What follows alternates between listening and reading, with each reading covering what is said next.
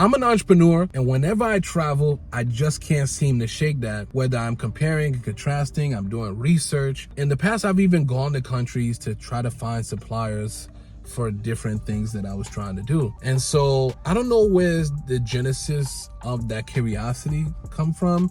I'm not sure if it's like when you go to buy a product and you just so happen to see the country of origin, or maybe you're eating a fruit and they have the sticker of where it's from.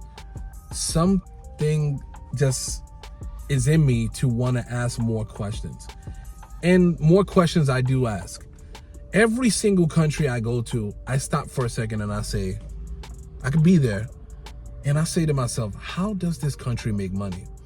How does the different sectors they're in contribute to the overall GDP? And what sectors are people working in? This is the question I always ask myself, while I'm people watching or I see something that catches my eye. I always ask myself this question.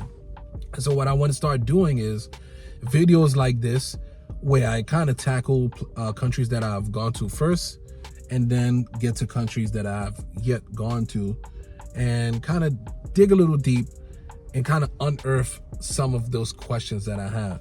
So in today's video, we're gonna talk about Vietnam. Now, Vietnam has stunning landscape, they have beautiful history, and they are an emerging economic superpower in Southeast Asia. So I figured, what better place to start off with? I went like a year and a half ago or two. And so let's start with Vietnam since it's so fresh in my head. Let's look at some of the sectors that they're in. One of the sectors they're in is manufacturing. And here's the thing, since China has become so expensive and increasingly expensive to do business, like the labor cost is going up, it creates a vacuum, and a lot of countries, especially in Southeast Asia, they're gonna find opportunities to pick up that work since their labor is still cheaper. What this does is it also attracts a lot of those other companies to set up shops, set up factories in Vietnam.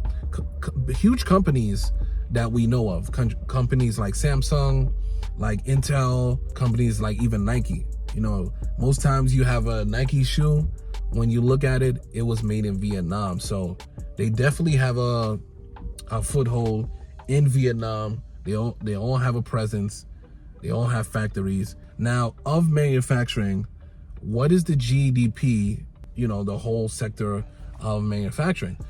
It makes up 16% of the overall GDP, and it employs millions of people, as we can suspect, especially when naming those huge companies, for example, the Nikes, the Samsung, the Intel. You can see how important manufacturing is to Vietnam. The next thing we're gonna do is reaching the global market.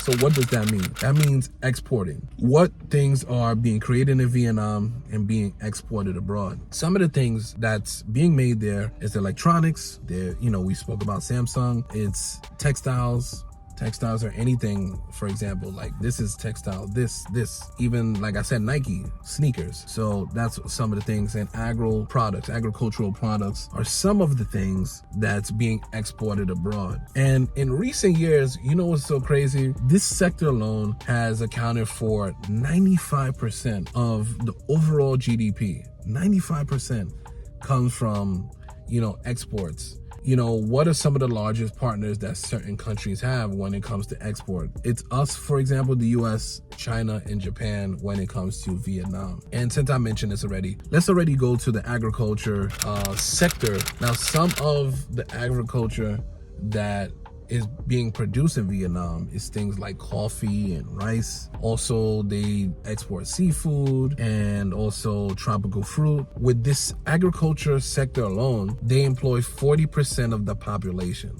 And then that makes up for about 15% of the overall GDP of Vietnam. So think about that right there. The next sector we're gonna do is a sector that I was a part of, and that's tourism. That's like me, one of the people going over there and spending our money, staying at a different place, eating out, etc. We contribute to the tourism.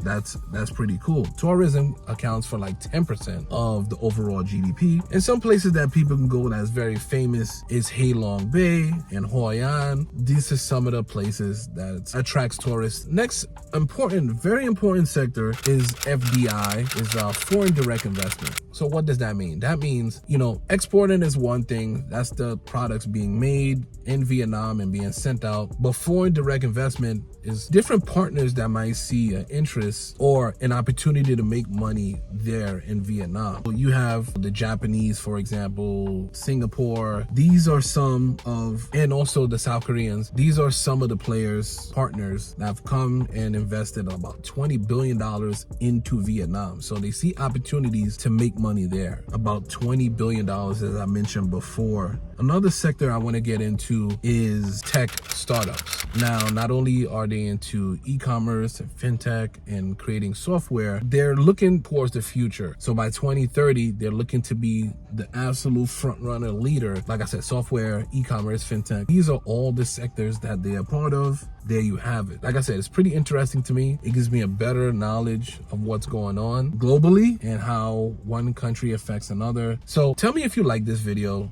and if you want to see me do this for other locations. So guys, please like and subscribe. Until next time, you can catch me right here. No Frontier, over and out. See you.